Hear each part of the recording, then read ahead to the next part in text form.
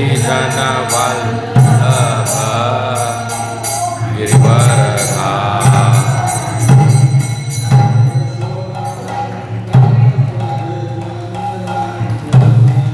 यशोदानंदन व्रज जन रंजन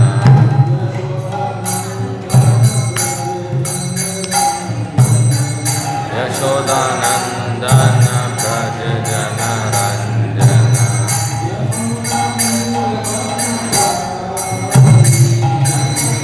यमुना तीर वनचारी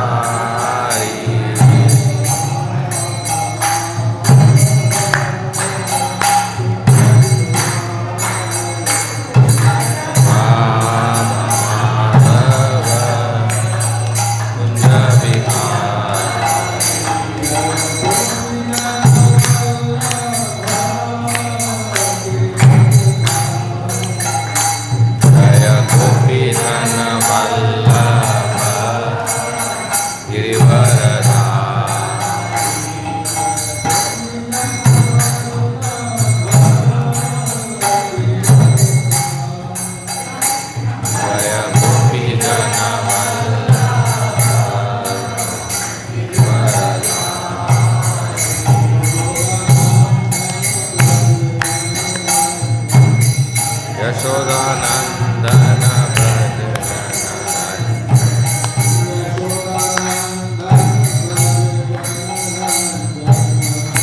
यशोदानंदन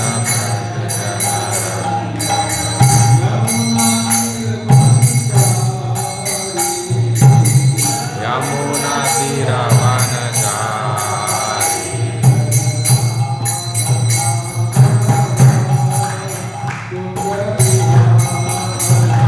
जय राधा माधव कुंज बिहारी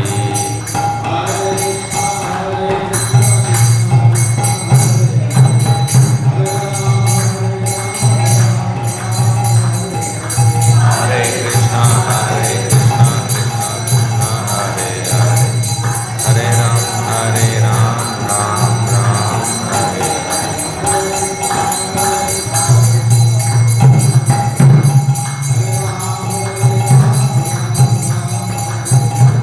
हरे हरे कृष्णा कृष्णा कृष्णा हरे हरे हरे राम राम राम हरे हरे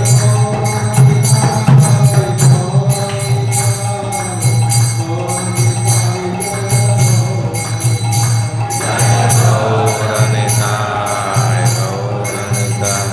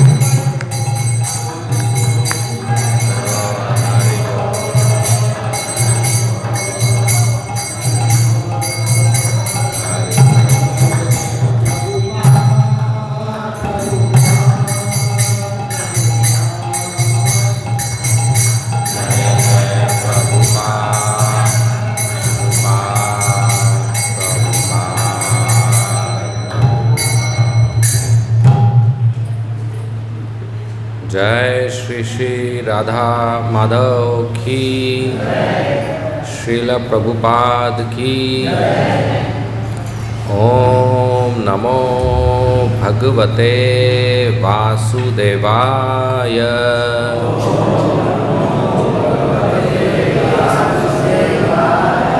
ओम नमो भगवते वासुदेवाय।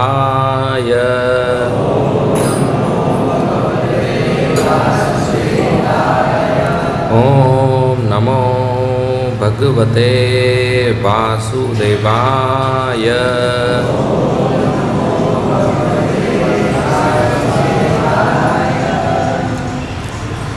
तो आज हम पढ़ रहे हैं श्रीमद् भगवद गीता यथारूप, अध्याय 3 कर्मयोग, श्लोक संख्या 3.16।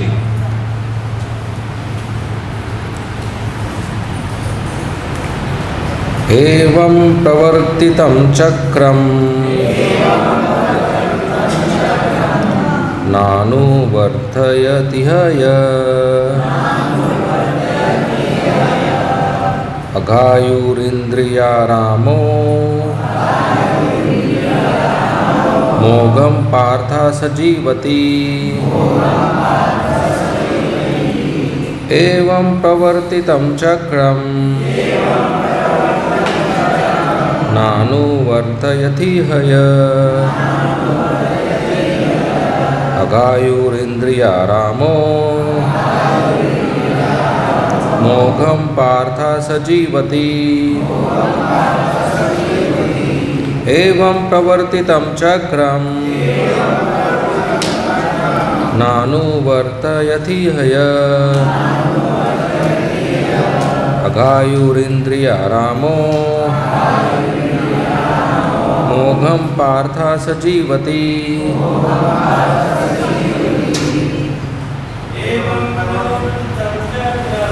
एवं प्रवर्तितं चक्रम् नानुवर्तयति हय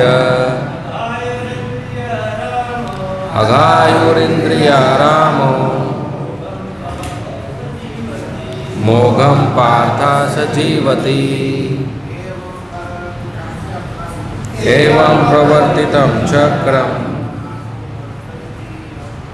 नानुवर्तयति हय अघायुरिन्द्रियारामो मोघं पार्थ सजीवति। एवं प्रवर्तितं चक्रम् नानुवर्तयति हय अघायुरिन्द्रियारामो मोघं पार्थ सजीवति। एवं प्रवर्तितं चक्रम् नानुवर्तयति हय अघायुरिन्द्रियारामो मोघं पार्थ सजीवति। एवं प्रवर्तितं चक्रम् नानुवर्तयति हय अघायुरिन्द्रियारामो मोघं पार्थ सजीवति।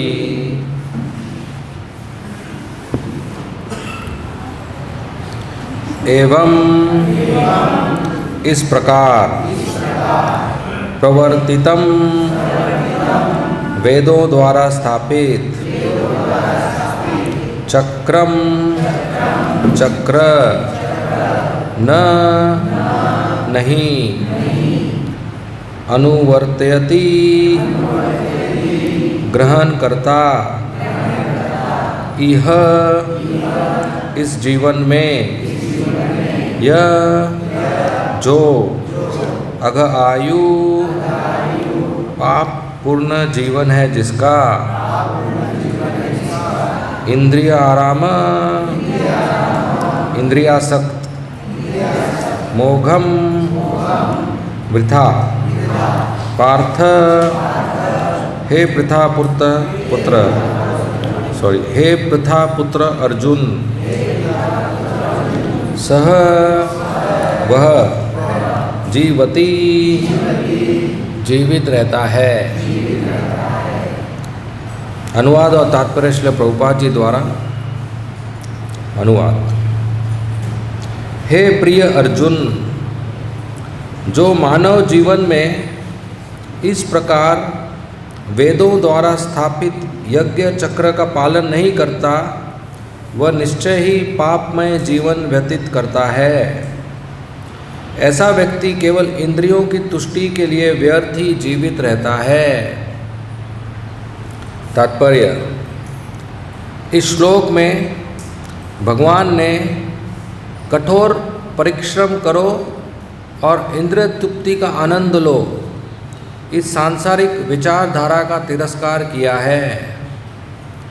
अतः जो लोग इस संसार में भोग करना चाहते हैं, उन्हें उपयुक्त यज्ञ चक्र का अनुसरण करना परम आवश्यक है।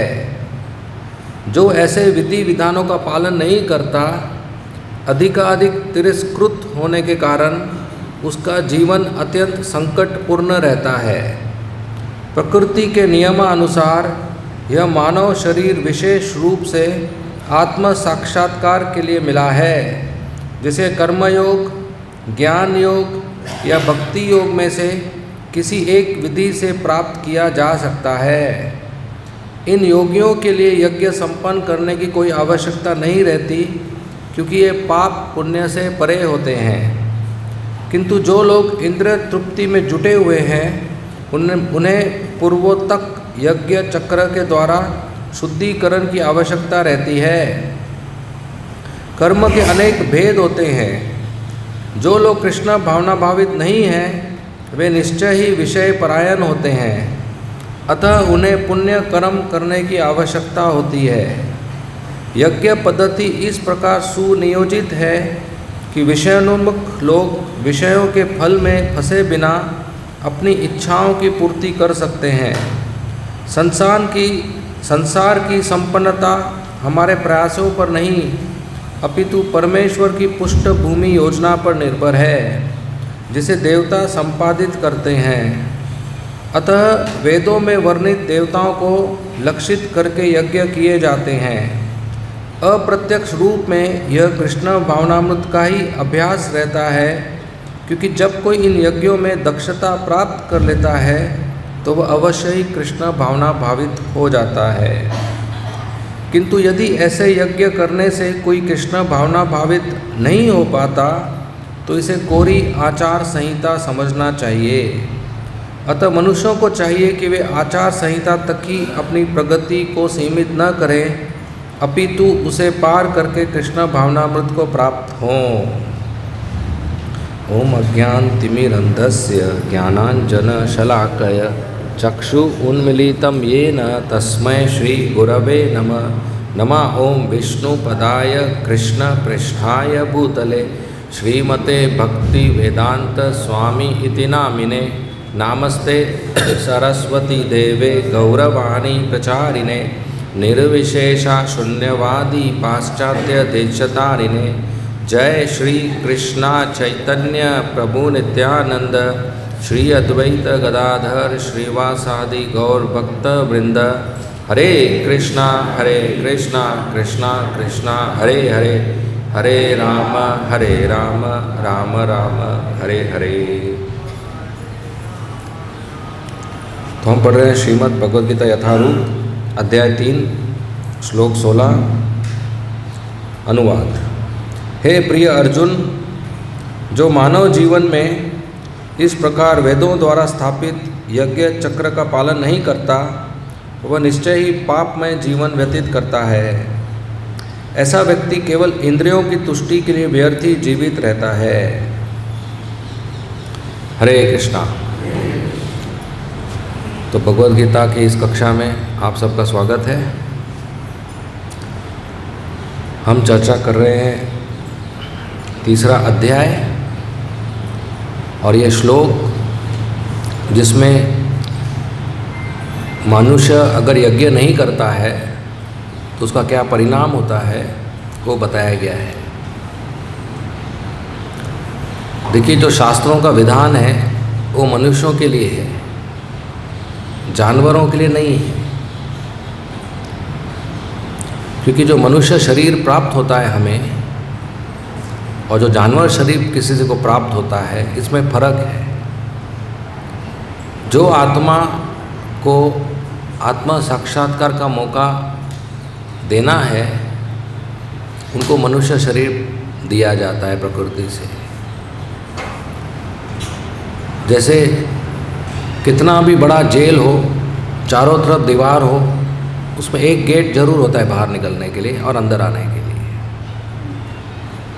उसी तरह ये भौतिक दुनिया जेल है और इसमें एक गेट है, वो है मनुष्य शरीर। मनुष्य शरीर से व्यक्ति जन्म मृत्यु के चक्कर से बाहर निकल सकता है। कुत्ता, बिल्ली, चिड़िया, छिपकली, चींटी, पेड़ पौधे, उनको हम बलराम हॉल में बिठा नहीं सकते कि लेक्चर सुनो, मुक्ति का प्रयास करो। बंदर वगैरह को बिठा सकते हैं। तो मनुष्य जीवन में ऐसा सुविधा प्राप्त है कि व्यक्ति मुक्ति के लिए प्रयास कर सकता है। सेल्फ रियलाइजेशन, आत्म साक्षात्कार। मगर उस मनुष्य जीवन में आत्म साक्षात्कार की बजाय, सेल्फ रियलाइजेशन की बजाय सेंस ग्रेटिफिकेशन करते हैं, इंद्रिय तृप्ति करते हैं, तो हम कर्म के बंधन में फंस जाते हैं। देखिए, जानवर भी इंद्रिय तृप्ति करते हैं, लेकिन वो कर्म के बंधन में नहीं फंसते, क्योंकि उनको जो शरीर मिला है वो इंद्रिय तृप्ति के लिए मिला है। मनुष्य इंद्रिय तृप्ति करते हैं तो कर्म के बंधन में फंस जाते हैं, क्योंकि जो मनुष्य को शरीर मिला है वो इंद्रिय तृप्ति के लिए नहीं मिला है, आत्म साक्षात्कार के लिए मिला है। फर्क है। अगर बिल्ली चूहे को खाएगी तो उसको दफा 302 मर्डर बोलेंगे? नहीं। या उसको यमराज पाप कर्म का फल देगा कि जीव हत्या किया? नहीं। उसके लिए कोई बुरा कर्म, अच्छा कर्म नहीं। या शेर बकरी को खाएगा,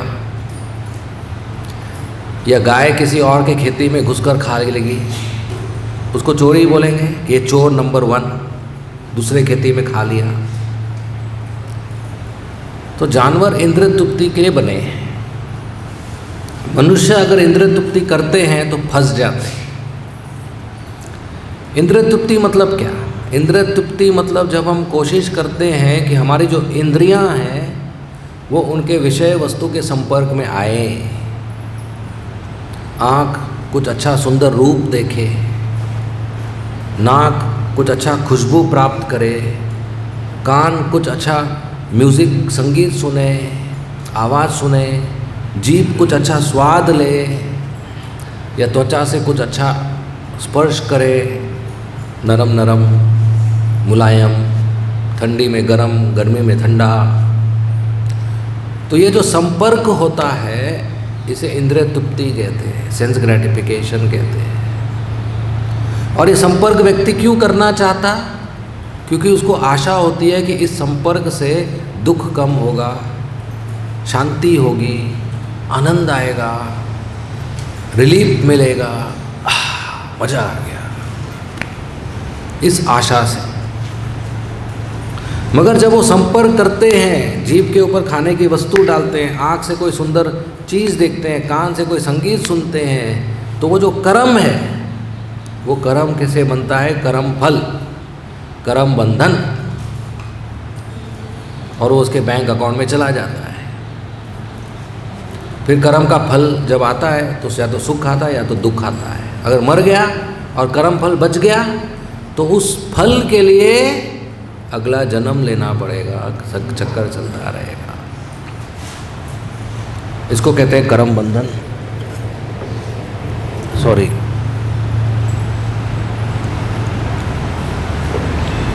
जन्म मृत्यु का चक्कर।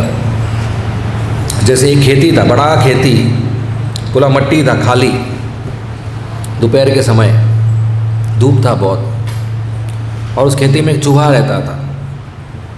दोपहर के समय मट्टी का क्या होगा? गरम गरम हो जाएगी। तो गरम वालों में चले कभी, बहुत जलता है। तो चूहे को बहुत जलता था, न सो सकता था, न लेट सकता था, न बैठ सकता था, न खड़े हो सकता था, न चल सकता था, हर टाइम जलता था। क्या करे? तो वो गोल गोल गोल घूमता था खेती में, फास्ट दौड़ता था। फास्ट दौड़ोगे तो थोड़ा संपर्क कम रहेगा मट्टी से, गर्म मट्टी से, तो नहीं चलेगा।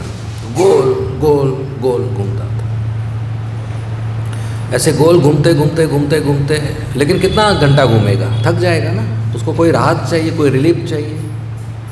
गोल घूमते घूमते घूमते एक छाँव में आया, उसको राहत हो गया, ठंडा ठंडा कूल कूल हो गया। गोल घूमते घूमते कहाँ पर आया? वो छाँव क्या था? एक कोबरा का परछाई था। तो गोल घूमते घूमते छाँव में आया, शैडो में आया, परछाई में आया कोबरा के, और तुरंत कोबरा ने उसको पकड़ के खा लिया।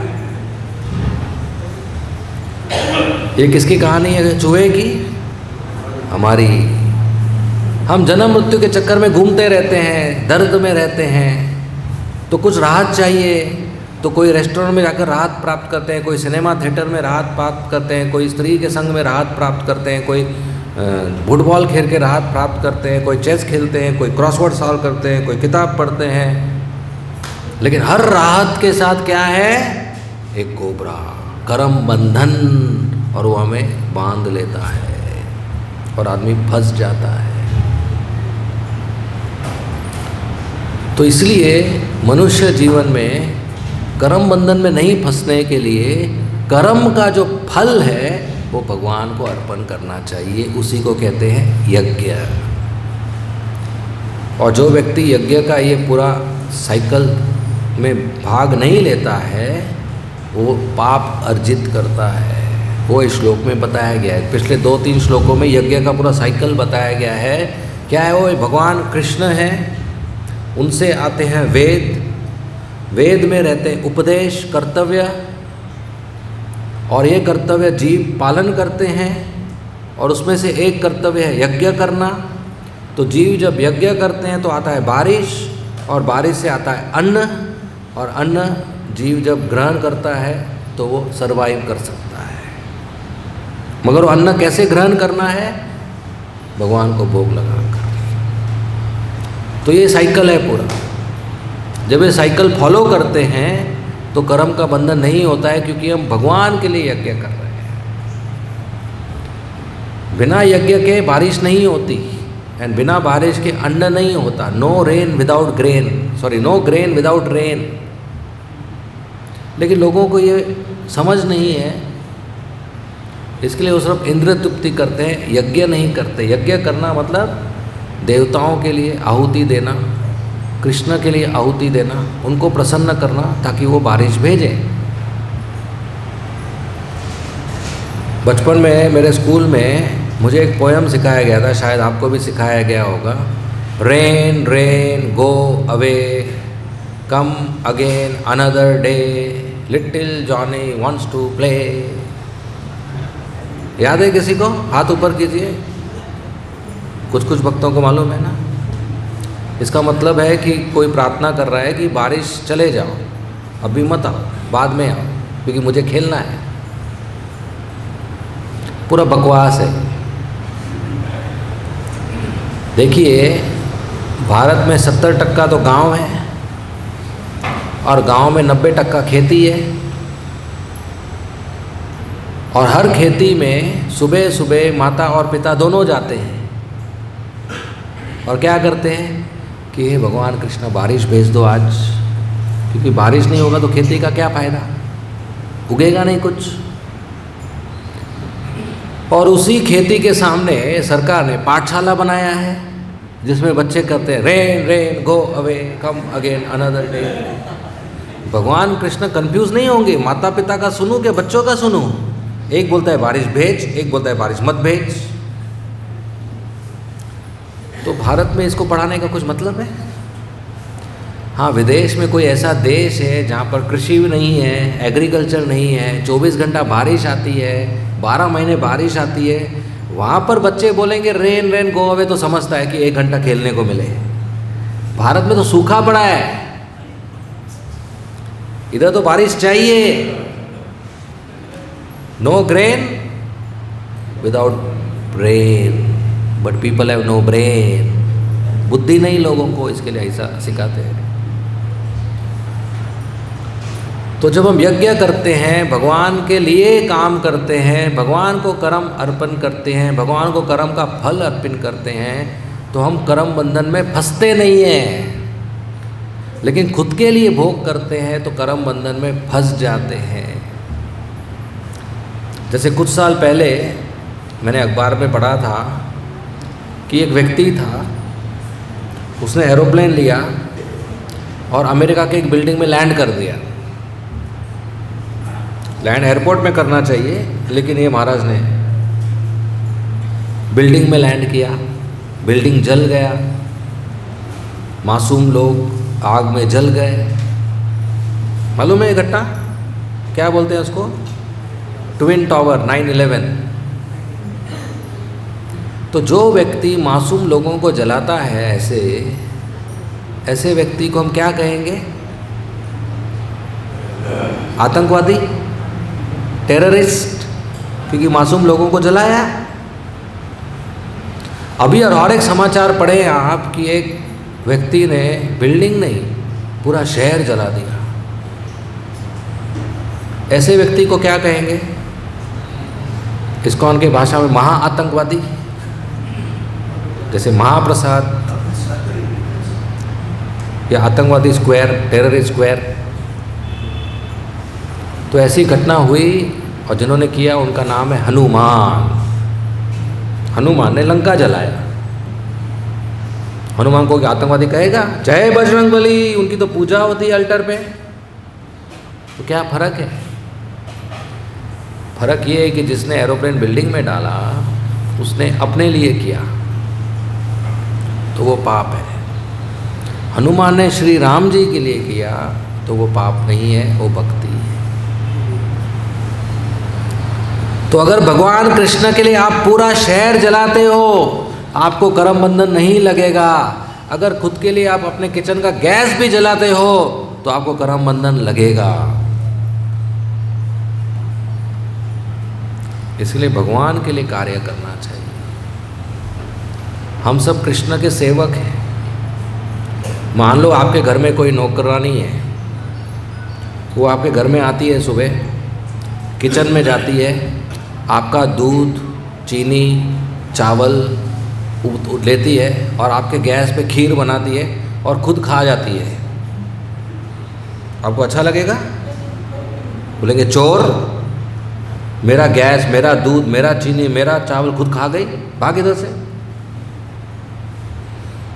मगर यही नौकरानी आपके घर में खीर बनाती है और पहले आपको देती है और आप खाते हो, आपको अच्छा लगेगा? बोलेगा अरे बहुत अच्छा बना है, तुम भी एक कटोरा खाओ, राइट?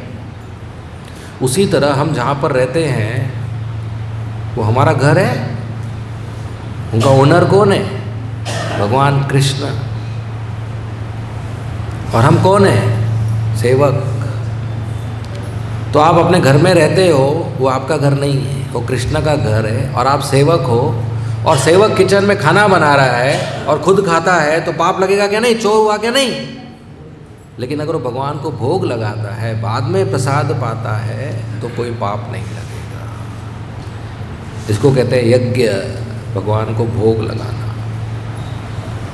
तो भगवान को जब हम देते हैं, चावल दो, फल दो, दूध दो, सब्जी दो, रोटी दो, दही दो, दाल दो, सलाद दो, पत्रम पुष्पम फलम तोयम दो, खुद मांगते हैं वो प्रेम से, तो हमारा नुकसान नहीं होता है, हमारा कई गुना ज़्यादा फायदा होता है। वृंदावन गोकुल की कहानी है कि जब भगवान कृष्ण छोटे बालक के रूप में लीला कर रहे थे यशोदा के घर में, तो एक माता जी है फल की टोकरी लेके आती है, फल ले लो फल। कृष्ण देखते हैं बहुत सारे फल है उसके पास, लाल, हरे, पीले, मुझे भी चाहिए। और उन्होंने देखा है उनके पिताजी फल कैसे खरीदते थे, कैसे खरीदते थे? Barter system. 1 किलो चावल लो, 1 किलो फल दो। पहले किलो के हिसाब से चलता था। 1 किलो दूध लो, 1 किलो कपड़ा लो, किलो के हिसाब से, जो भी चाहिए किलो के हिसाब से। 1 किलो माखन लो, 1 किलो बर्तन दो, किलो के हिसाब से चलता है। तो कृष्ण ने सोचा मैं भी चावल देकर कुछ फल लेता हूँ, और वो किचन में दौड़े, मुट्ठी भर चल फल उठाए, मुट्ठी भर चावल उठाए और वापस दरवाजे पर दौड़े। मगर छोटे बालक के रूप में उनका मुट्ठी तो बहुत छोटा है और पकड़ने का आदत नहीं है, तो ऐसा पकड़ रहे थे कि उंगली के बीच से पूरा चावल गिर गया, सिर्फ 4-5 दाने बचे।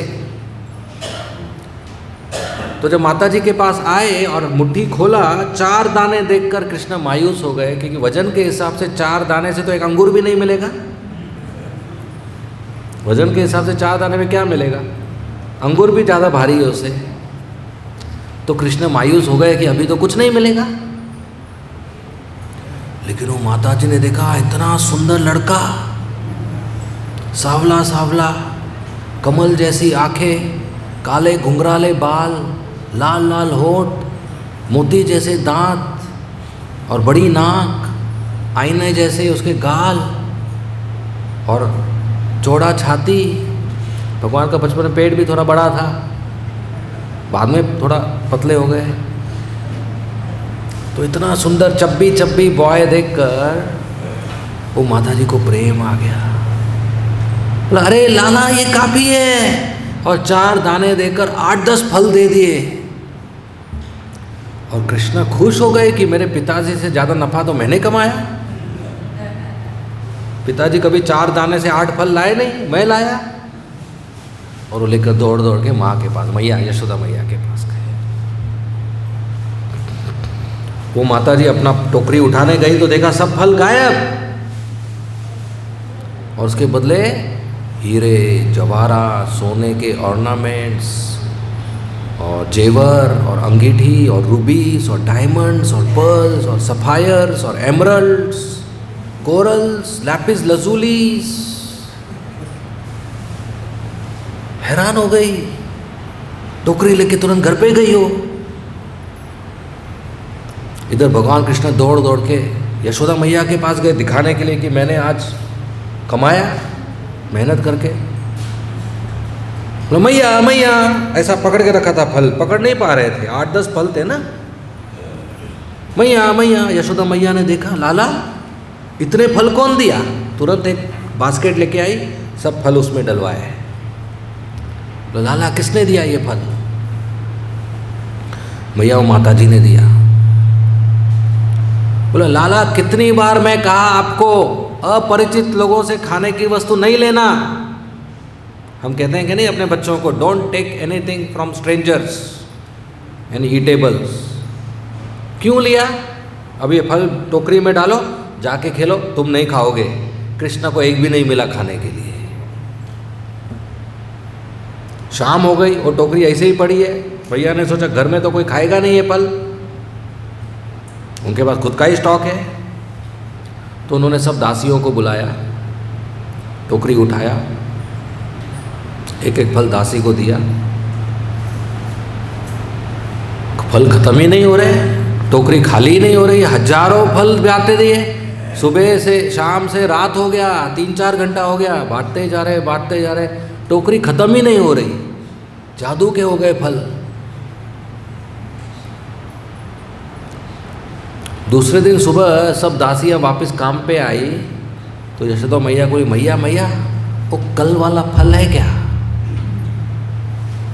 मैया ने पूछा क्यों, क्या हो गया?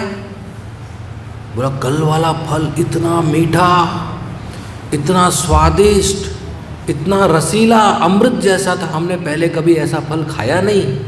और कल हमने कुकिंग भी नहीं किया, एक फल काटा, सबको छोटा छोटा दिया, सबका पेट भर गया।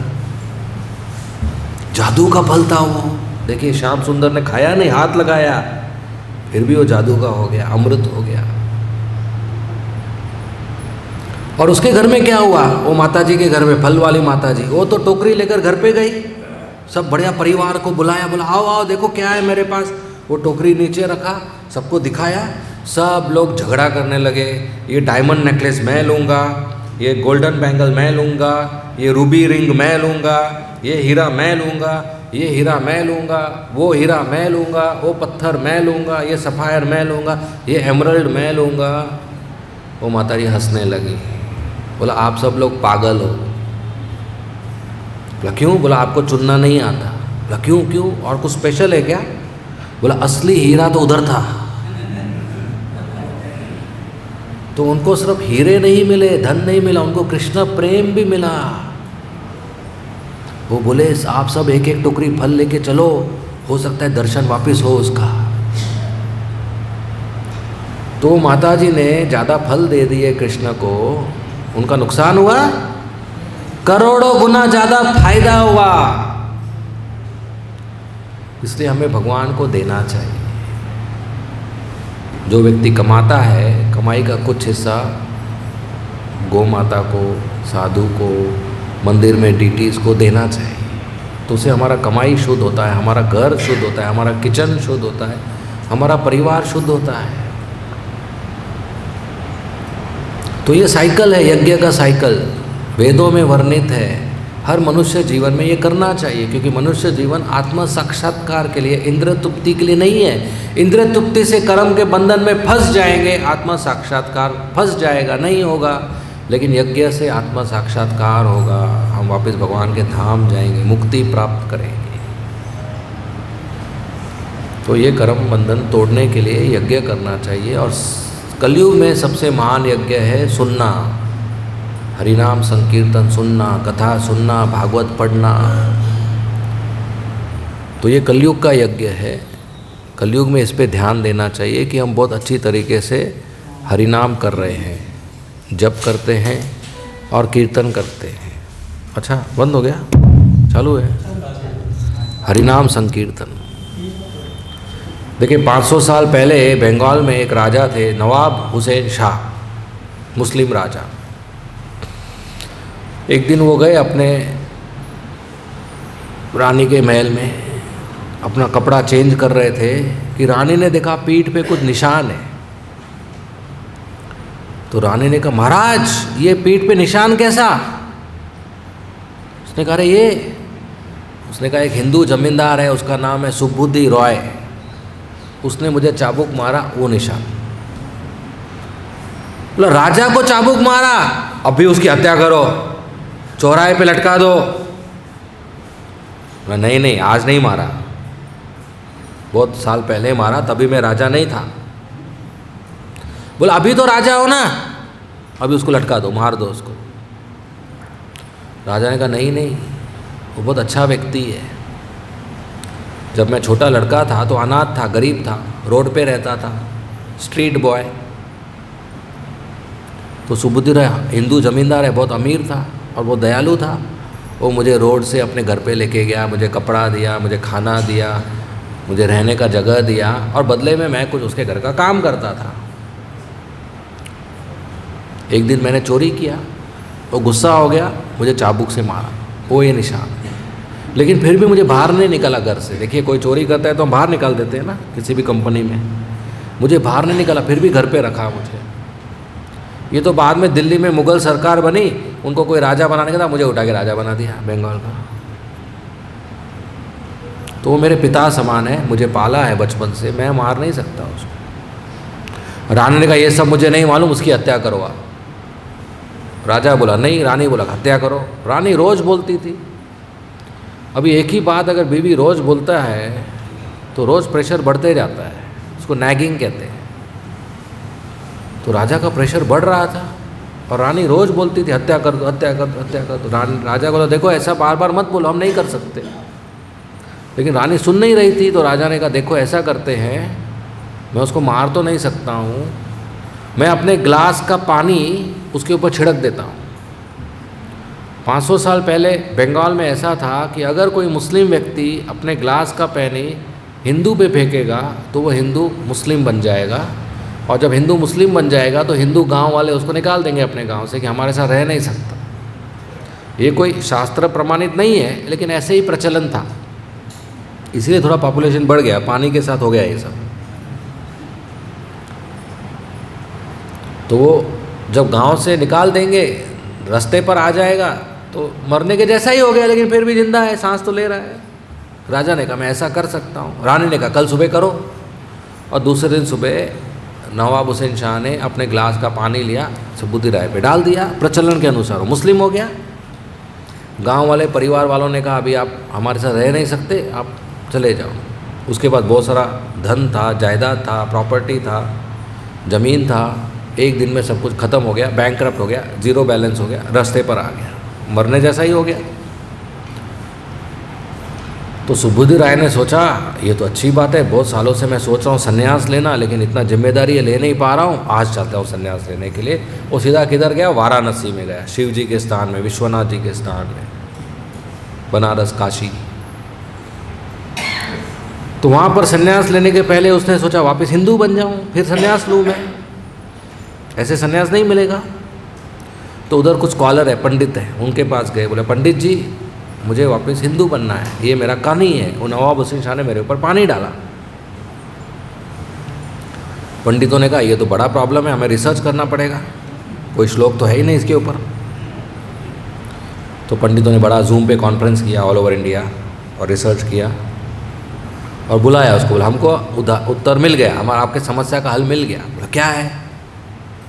बोला आप शुद्ध गाय का घी लेके आओ, शुद्ध गाय का घी, फिर उसको उबालो, गरम करो, फिर एकदम गरम गरम जब हो जाए उसको पी लो। सुबुद्धि बोला वेट अ मिनट, रुको रुको, क्या बोल रहे हैं? गरम गरम घी पीऊंगा तो मर जाऊंगा? बोला हाँ यही तो सोल्यूशन है, गरम गाय के घी से मरेंगे तो अगले जन्म हिंदू माँ से पैदा होंगे। सुबुद्धि राय बोला आई वांट सेकेंड ओपिनियन, मैं किसी और से पूछता हूँ। दूसरे पंडित के पास गए, उन्होंने कुछ और बताया, कंफ्यूज हो गए। उसी समय वाराणसी में चैतन्य महाप्रभु आए सन्यासी के वेश में, और वो वाराणसी के सड़कों पर नृत्य और कीर्तन करते थे, हरे कृष्णा कृष्णा कृष्णा हरे राम।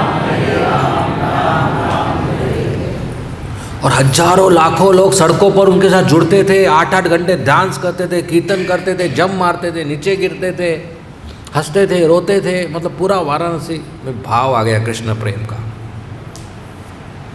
सुबुद्धि राय ने देखा, बोला चैतन्य महाप्रभु से पूछता हूँ मैं, मेरे समस्या का हल क्या है। रोज सुबह शिव जी के मंदिर में, विश्वनाथ जी के मंदिर में मंगल आरती होता था। चैतन्य महाप्रभु जाते थे मंगल आरती में भाग लेने के लिए। हजारों लोग आते थे सुबह सुबह शिव जी के मंदिर में शिव जी का दर्शन करने के लिए। लाखों लोग आते थे सुबह सुबह शिव जी के मंदिर में चैतन्य महाप्रभु का दर्शन करने के लिए, इतने फेमस हो गए थे। तो एक दिन सुबुद्धि राय को मौका मिला, वो भी गए चैतन्य महाप्रभु से मिलने के लिए, दंडवत प्रणाम किया, पूरा स्टोरी सुनाया, बोला मुझे वापस शुद्ध होना है, क्या करूं मैं। चैतन्य महाप्रभु का घी वगैरह पीने की जरूरत नहीं है, गरम घी, सीधा वृंदावन जाओ और वहाँ पर रोज हरे कृष्ण महामंत्र का जप करो बिना अपराध के। बिना अपराध के जप करोगे, कुछ ही समय में आपका हृदय शुद्ध हो जाएगा, साफ हो जाएगा। चेतो दर्पण मार्जनम, काम क्रोध लोभ पाप, सब पिछला पाप कर्म सब निकल जाएगा, पाप का फल निकल जाएगा। लेकिन रुकना नहीं है, पूरा शुद्ध होने के बाद बिना अपराध के जाप हरे कृष्णा महामंत्र का जप कंटिन्यू करेंगे तो शुद्ध हृदय से आपको कृष्ण प्रेम मिल जाएगा। देखिए, जप करने का उद्देश्य पाप से मुक्ति या जन्म मृत्यु के चक्कर से मुक्ति नहीं है। जप करने का उद्देश्य है कृष्ण प्रेम, तो रुकना नहीं है। तो सुबुद्धि राय वृंदावन आए, जप करके शुद्ध हो गए और जब कंटिन्यू किया उनको कृष्ण प्रेम मिल गया। और वृंदावन में कैसे रहते थे, जो भी पेड़ से नीचे लकड़ी गिर जाती थी उसको जमा करते थे, कभी पेड़ काटते नहीं थे या तोड़ते नहीं थे। जो टहनियाँ या लकड़ियाँ गिर जाती थी उनको जमा करके एक बंडल बांधते थे। वो बंडल सर पे वृंदावन से मथुरा जाते थे और 4-5 आने में बेच देते थे। फिर वापस वो 4-5 आना वृंदावन लेके आते थे और एक आने का दुकानदार से चना खरीदते थे और वो चना खाते थे और यमुना का पानी पीते थे, उसी से जीवन चलता था। पेड़ का फल लेते थे एक आने से, और जो 4 आना था वो दुकानदार के पास जमा करते थे, रोज 4 आना 4 आना 4। फिर वृंदावन में जब चैतन्य महाप्रभु की तरफ से भक्त आते थे, रूप सनातन गोस्वामी जो पहली बार आए, तो सुबुद्धि राय ने उनको होस्ट किया 1-1 महीना, 12 वृंदावन 12 वन घुमाए उनको। और वो 4 आना जो जमा होता था वो उनको उनसे चावल खरीद के देते थे, तेल खरीद के देते थे, दही खरीद के देते थे, ऐसा सब उनको देते थे। 4 आना जमा करते थे। तो सुबुद्धि राय ने इतने बड़े जमींदार है लेकिन वृंदावन में कैसे रहना है सिखाया कि सोर्स ऑफ इनकम ईमानदार होना चाहिए, पाप करके नहीं, पेड़ को तोड़ के, जैसे उन्होंने पेड़ को नहीं काटा, किसी को धोखा देना, पाप करके नहीं कमाना चाहिए। और कमाई का एक हिस्सा खुद पे खर्चा करना चाहिए, बाकी हिस्सा गाय की सेवा, साधु की सेवा, भगवान की सेवा पे खर्चा करना चाहिए। तो हम शुद्ध होते हैं और जप करना चाहिए। तो यही हमारा कलयुग का संकीर्तन यज्ञ है कि रोज़ जप करना है। हम लोग 16 माला कम से कम जप करते हैं या ज़्यादा करते हैं, वो ध्यानपूर्वक करना चाहिए, मतलब बोलना चाहिए और सुनना चाहिए बिना अपराध। मुंह से बोलिए, कान से सुनिए, हरे कृष्णा कृष्णा कृष्णा हरे हरे, हरे राम राम राम हरे, बोलिए सुनिए बोलिए। तो मुंह से हरिनाम आता है कान में, कान से जाता है हृदय में, हृदय में हरिनाम आत्मा को छूता है तो आत्मा जागृत हो जाती है कि yes I am servant of Krishna, मैं कृष्ण का दास हूँ। इसी को कहते हैं आत्म साक्षात्कार, सेल्फ रियलाइजेशन। और ये सिर्फ संभव है जब हृदय में हरिनाम जाता है। और हृदय में हरिनाम कहाँ से जा सकता है? कान से, नाक से, आँख से, मुंह से नहीं जा सकता है। साउंड वेव सिर्फ कान से जा सकता है। इसलिए कान से 2 कान है, सुनना चाहिए, भागवत क्लास भी सुनना चाहिए ध्यानपूर्वक, और हरे कृष्णा महामंत्र मिनिमम 16 माला ध्यानपूर्वक सुनना चाहिए।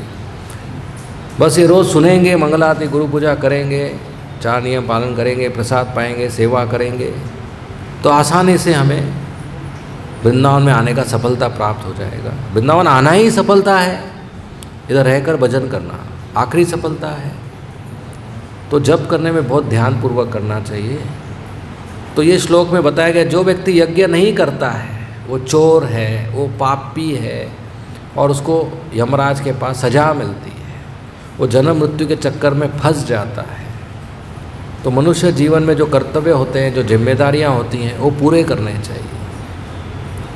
लेज़ी, सुस्त नहीं बैठना चाहिए या गैर जिम्मेदार नहीं होना चाहिए, अपना जिम्मेदारी पूरा करना चाहिए। जो भगवान ने यज्ञ का चक्र बनाया है वेदों में वर्णित, वो पूरा करना चाहिए। ऐसे तो लोग देवताओं को प्रसन्न करने के लिए यज्ञ करते हैं, कृष्ण भावनामृत में बस कृष्ण के लिए करना है, देवता अपने आप प्रसन्न हो जाएंगे, क्योंकि देवता भी कृष्ण के दास हैं। जो कृष्ण की सेवा नहीं करते वो देवताओं की सेवा करते हैं। हमें सिर्फ कृष्ण की सेवा करना है, देवताओं की अलग से सेवा नहीं करना है। देवता भी कृष्ण का दर्शन करने के लिए आते हैं। एक बार द्वारका में सब देवता आए दर्शन करने के लिए। द्वारका के महल में दरवाजे के पास बहुत भीड़ लग गई, लेकिन रोज़ अपने टाइम पे कृष्ण दरवाज़ा खोलते थे, आज खोल ही नहीं रहे, 3-4 घंटे हो गए, इसलिए भीड़ बढ़ गई। तो उधर का जो सिक्योरिटी गार्ड था उसको बहुत परेशानी हो गई, इतना भीड़ संभालना आसान नहीं है ना। तो वो अनाउंसमेंट किया, आप ध्यान से सुनो क्या क्या अनाउंसमेंट किया उसने।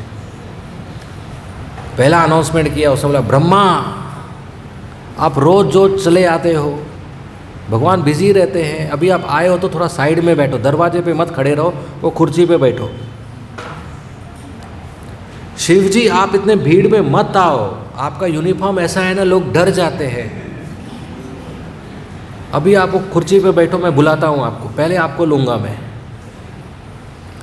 इंद्र इंद्र इंद्र रुको रुको, इधर दंडवत प्रणाम मत करो, लोग गिर जाएंगे, दूर रहो, इधर मत करो दंडवत प्रणाम।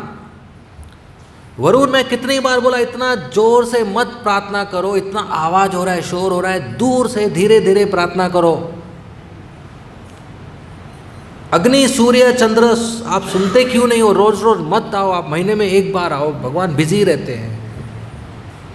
देखिए द्वारका का सिक्योरिटी गार्ड को देवताओं के साथ ये सब करना पड़ता है, इधर का सिक्योरिटी गार्ड भी करता है थोड़ा बहुत, उधर तो देवताओं के साथ करना पड़ता है। आसान है क्या? एक 4 मुंह में आ जाएगा, एक 5 मुंह में आ जाएगा, एक सांप लेके आ जाएगा, एक अग्नि की तरह आ जाएगा, एक हाथी पे आ जाएगा ऐरावत के ऊपर। लेकिन उस दिन द्वारका देश दरवाजा ही नहीं खोल रहे, इतने घंटे हो गए, देवता बाहर खड़े हैं, देवता बिना दंडवत प्रणाम के अपना दिन चालू नहीं करते। तो बात ऐसा था कि अंदर द्वारकाधीश रुक्मिणी देवी के साथ चेस खेल रहे थे, चौपड़ खेल रहे थे, और पहली बार जीत रहे थे। अभी कोई बीवी से जीतता है तो गेम आधे छोड़ता है क्या? तो दरवाजा ही नहीं खोला। तो देवता भी कृष्ण की सेवा करते हैं। ईश्वरा परम कृष्ण सच्चिदानंद विग्रह अनादिर आदिर गोविंद सर्व कारण कारण। तो हम कृष्ण की सेवा करते हैं, ये फाइनल है, और कुछ करने की ज़रूरत नहीं है। इसको ऐसा विश्वास होना चाहिए कि अगर मैं कृष्ण की सेवा करूं तो और कुछ करने की ज़रूरत नहीं है, सब ज़रूरत पूरा हो जाएगा, सब सफलता मिल जाएगा, सब इच्छा पूरा हो जाएगा, सब सिद्धि हो जाएगा, I will become perfect person.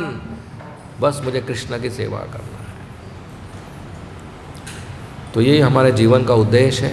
Prabhupada ji ने इस्कॉन संस्था शुरू किया, इतना सुंदर वृंदावन में मंदिर बनाया, हम सबको मौका मिला, हम सब इधर आ रहे हैं, तो हमें बहुत अच्छी तरह कृष्ण का साधना और सेवा करना चाहिए कि ये जन्म आखिरी जन्म, वापस माँ के पेट में नहीं जाना अगला महीना, अगला जन्म, फिर 9 महीने उल्टा लटकना, फिर बाहर आके ABCD पढ़ना, फिर 2 1 जा 2 करना, और फिर रेन गो अवे करना। ये अगले जन्म नहीं करना, ये जन्म आखिरी जन्म, तो बहुत ही ईमानदारी से भक्ति करना चाहिए, नहीं तो पाप लगता है। ठीक है, धन्यवाद। श्रीमद् भगवद गीता की, श्रील प्रभुपाद की। हरे कृष्णा। किसी को कोई प्रश्न है तो पूछ सकते हैं। हाँ, प्रभु जी का हाथ ऊपर है।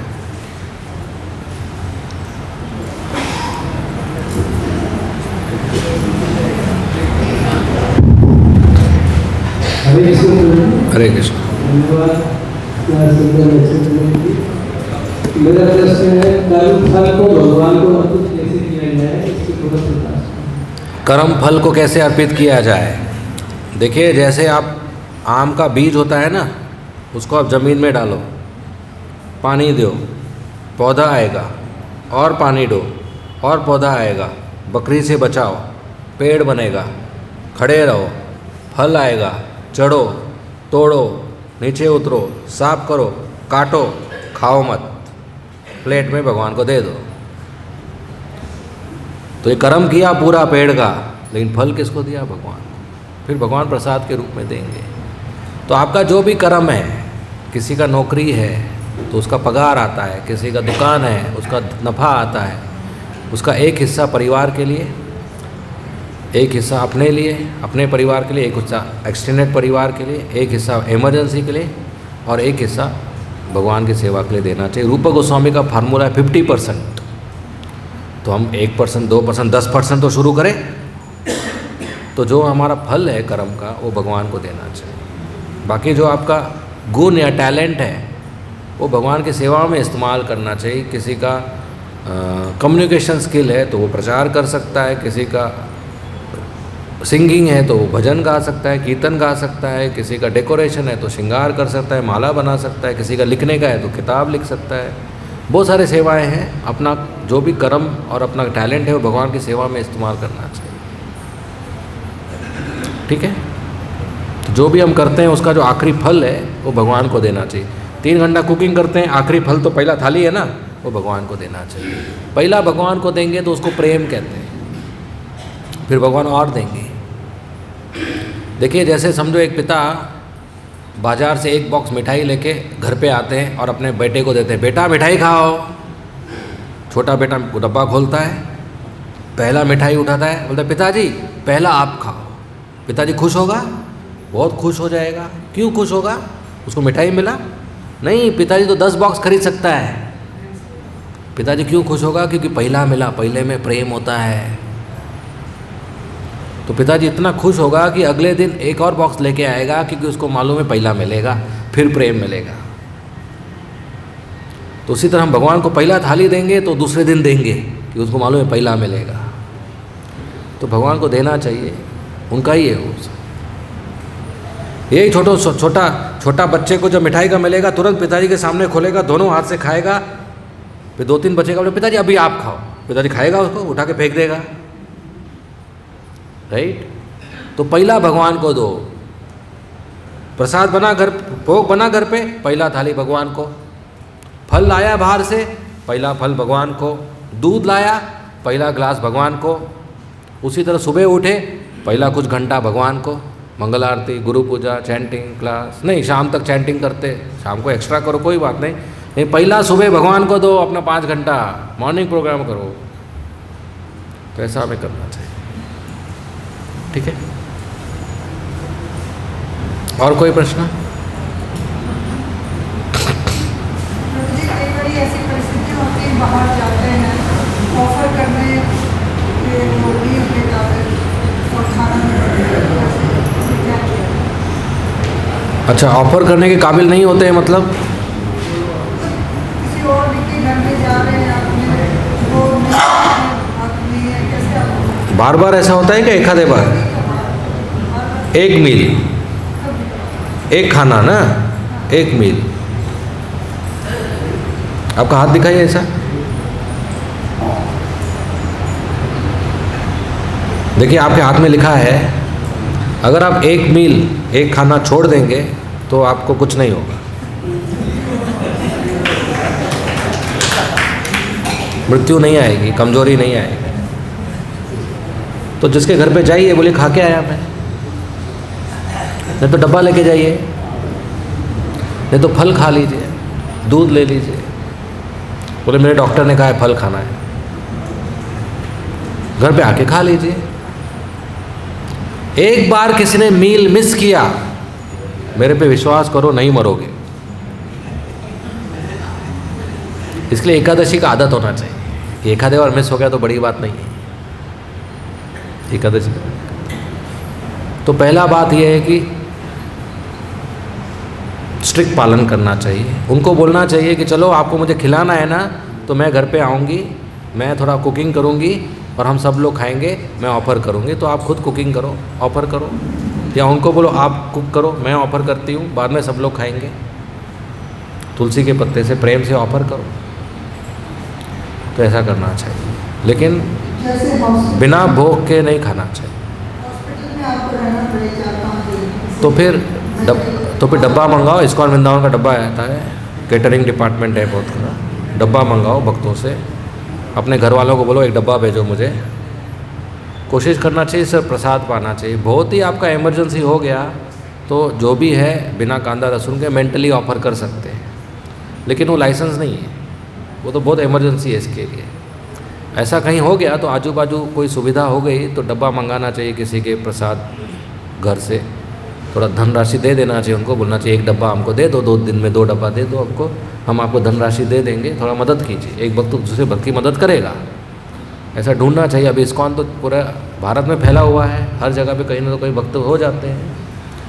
नहीं हुआ तो फिर मेंटली ऑफ़र कर लीजिए, लेकिन पहला ऑप्शन है प्रसाद ही पाना है, ठीक है, क्योंकि चेतना उससे दूषित हो जाती है। ठीक है, और कोई प्रश्न?